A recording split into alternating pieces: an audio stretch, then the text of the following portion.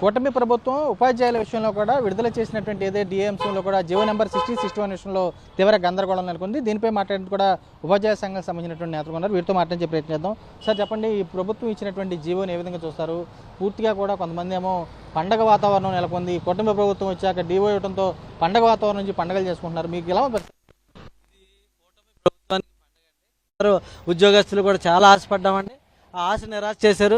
ఆర్థిక పరిస్థితి బాగోలేదని ముఖ్యమంత్రి గారు చెప్పడంతో చూద్దాంలే అన్న వైఖరితో ఉపాధ్యాయ సంఘాలు అదేవిధంగా మన ఉద్యోగ సంఘాలు కూడా వాళ్ళు అర్థం చేసుకుని వెనక రావడం జరిగింది. అయితే ఆ డిఏ వారి సమక్షంలో ప్రకటించి సీఎం గారే స్వయంగా ఆ తర్వాత 20వ తారీఖున 61-62 జీవోలు ఇవ్వడం జరిగింది.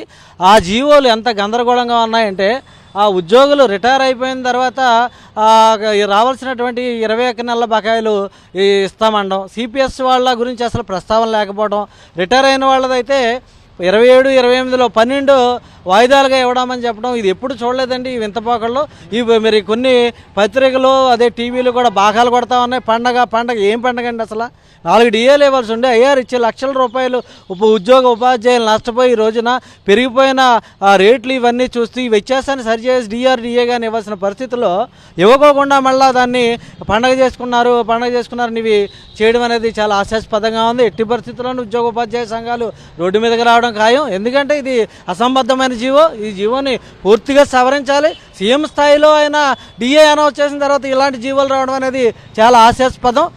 వెంటనే సీఎం గారు జోక్యం చేసుకుని ఆ డిఏని ఉపసంహరించుకొని కొత్తగా వెంటనే ఇదివరకు గతంలో డిఏ ఇచ్చినట్టయితే డిఏ అరియర్స్ అన్ని కూడా పిఎఫ్లోకి జమ చేసేవాళ్ళు. ఆ విధంగా తర్వాత సిపిఎస్ వాళ్ళకి ఏమో ప్రాన్ అకౌంట్లో వేసేవాళ్ళు, రిటైర్ అయిన వాళ్ళకి వెంటనే చెల్లించేవాళ్ళు 2 దఫాలుగా. అటువంటి పరిస్థితి నుంచి ఇప్పుడు ఆ యొక్క భవిష్యత్తుకి వేసే పరిస్థితి అరియర్స్ లేకుండా చేద్దామనే ఉద్దేశంలా ఉంది. ఇటువంటి విధానాలను మేము తీవ్రంగా ఖండిస్తూ ఉన్నాం. అదేవిధంగా ఇంకో ప్రధాన సమస్య ఉపాధ్యాయుల సమస్య. టెట్ విషయంలో సుప్రీంకోర్టు సెప్టెంబర్ 1వ తారీఖున ఉత్తర్వులు జారీ చేసింది. 2011 ముందు సర్వీసులో ఉన్న ఉపాధ్యాయులందరూ కూడా టెట్ పాస్ అవ్వాల్సిందే అని చెప్పి. అయినప్పటికీ కూడా కొన్ని రాష్ట్ర ప్రభుత్వాలు, కేరళ, తమిళనాడు, ఉత్తరప్రదేశ్ అనే ప్రభుత్వాలు ఇప్పటికే రివ్యూ పిటిషన్కి వెళ్ళడం, అదేవిధంగా ఉపాధ్యాయ సంఘాలు కూడా రివ్యూ పిటిషన్కి వెళ్ళడం జరిగింది. కానీ ఈరోజు మన రాష్ట్ర ప్రభుత్వం ఎన్నో దఫాలుగా కొన్ని ఉపాధ్యాయ సంఘాలన్నీ కూడా వారికి వినతి పత్రాలు ఇచ్చాం ప్రభుత్వానికి. వారిని వెంటనే రివ్యూ పిటిషన్ వేయమని చెప్పి అడగడం జరిగింది. లక్షలాది మంది ఉపాధ్యాయులు ఆల్రెడీ 25 సంవత్సరాలు 30 సంవత్సరాలు పూర్తి చేసుకున్న ఉపాధ్యాయులు ఉన్నారు. ఇప్పుడు షుగరు, బీపీలు అనేక సమస్యలతో, గుండె జబ్బులు అటువంటి రకరకాల సమస్యలతో ఉన్న వారికి ఇప్పుడు మళ్ళా టెట్ పరీక్ష రాయడం అనేది చాలా బాధాకరం. ఈ విషయంలో ప్రభుత్వం కూడా చొరవ తీసుకోవాలి. ఉపాధ్యాయ సమస్యలు, ఉద్యోగ సమస్యలు ముఖ్యమంత్రి గారు మాట్లాడుతూ ఉన్నారు. ఉపాధ్యాయులు మేమంతా కలిసి పనిచేస్తామని చెప్పి ఈ విధంగా మీరు ఇచ్చిన డిఏ విషయంలో కూడా మీరు వెంటనే స్పందించి ఉపాధ్యాయ ఉద్యోగులు న్యాయం జరిగే విధంగా మీరు చర్యలు తీసుకోవాలని సందర్భంగా డిమాండ్ చేస్తాను. అదే ప్రభుత్వాలు చేసినటువంటి దాన్ని విమర్శించినటువంటి ప్రభుత్వం మరలా వీళ్ళు కూడా అదే తప్పులు చేస్తున్నారు. కనీసం ఇప్పటి వరకు సంవత్సరంన్నర నుంచి ఒక్క డిఏ కూడా అనౌన్స్ చేయకుండా ఏదో ఉడతా భక్తిగా అనౌన్స్ చేసినట్టు చేసి ఉద్యోగులకేమో ఎవరో రిటైర్డ్ అయిన తర్వాత ఇస్తామనటం, లేకపోతే ఏమో రిటైర్డ్ అయినటువంటి ఉపాధ్యాయులకేమో ఎవరికో వాళ్ళ యొక్క ఎవరైతే వారి భాగస్వాములు ఉన్నారో వాళ్ళకి ఇస్తానంటాం. అది చాలా హాస్యాస్పదంగా ఉంది. దయచేసి ఇటువంటి విధానాన్ని మానుకోండి. దయచేసి ఉపాధ్యాయులకి రావాల్సినటువంటి బకాయిలన్నీ సకాలంలో చెల్లించండి. అలాగే రిటైర్డ్ అయినటువంటి ఉపాధ్యాయులకి చాలా బకాయిలు పెండింగ్ పడిపోయి చాలా కాలం నుంచి రిటైర్డ్ అయిపోయినటువంటి వాళ్ళ యొక్క ఏరియర్స్ రాకుండా, వాళ్ళ యొక్క జీపీఎఫ్ రాకుండా చాలా ఇబ్బందులు పడుతున్నారు. దయచేసి వాటన్నిటిని సక్రమంగా చెల్లించి మీ యొక్క నిజాయితీని నిరూపించుకోండి. అంతే తప్పించి లేనిపోని మాటలు చెప్తూ కాలక్షేపం చేస్తూ ఈ డిఏని స్వాగతించవు సార్. మేము దయచేసి ఇంకా మాకు చాలా 4 డిఏలు పెండింగ్లు ఉన్నాయి. ఆ డిఏలు ఇవ్వాలి, ఏరియర్స్ రావాలి. ఆ ఏరియర్స్ వస్తాయో ఇస్తారో తెలీదు, ఏం చేస్తారో తెలీదు. దయచేసి ఇటువంటి మీరు మాటలు మార్చేటటువంటి విధానాన్ని మారుకోవాలనేసి నేను తెలియజేస్తున్నాను. సార్ చెప్పండి, ఏమేమి చూస్తారు? మీకు ఆల్రెడీ గతంలో మీరు రావాల్సిన హక్కే అడుగుతున్నారు, మీకు రావాల్సిన హక్కులు అడుగుతున్నారు, గందరగోళం చూపిస్తారు. మీకు ఎలా అనిపిస్తుంది? గతంలో ఎప్పుడన్నా ఇలా డిఏకి సంబంధించి జీవో ఇచ్చి తర్వాత రిటైర్డ్ అయిన తర్వాత వస్తాయని చెప్పి చరిత్రలో ఎప్పుడన్నా ఉందా? గారడీ మీద గారడీ అండి. ఇది ఏంటంటే డిఏకి ఒక ఉద్యమం చేయడం, డిఏ తీసుకోవాలి అంటే నాయకుల దగ్గరికి అడగడం ఇటువంటిది ఎప్పుడు లేదండి.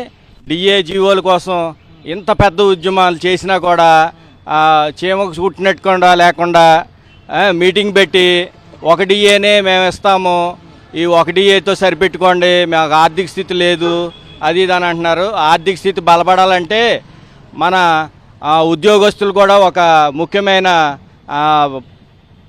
పోషణ చేస్తున్నారండి. ఎందువల్లంటే వీళ్ళు ఉద్యోగస్తులు అనేక లోన్లు తీసుకుంటారు, లోన్లు కడతా ఉంటారు.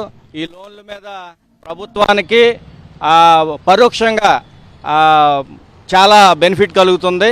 అటువంటి ఉద్యోగస్తుల మీదే వీళ్ళ కక్ష కట్టినట్టు కనబడుతుంది ఇక్కడ.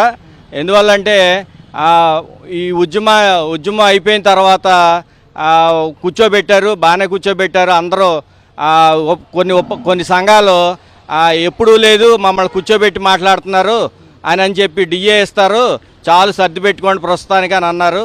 కానీ అక్కడ సర్ది పెట్టుకునే పరిస్థితి కూడా లేదు.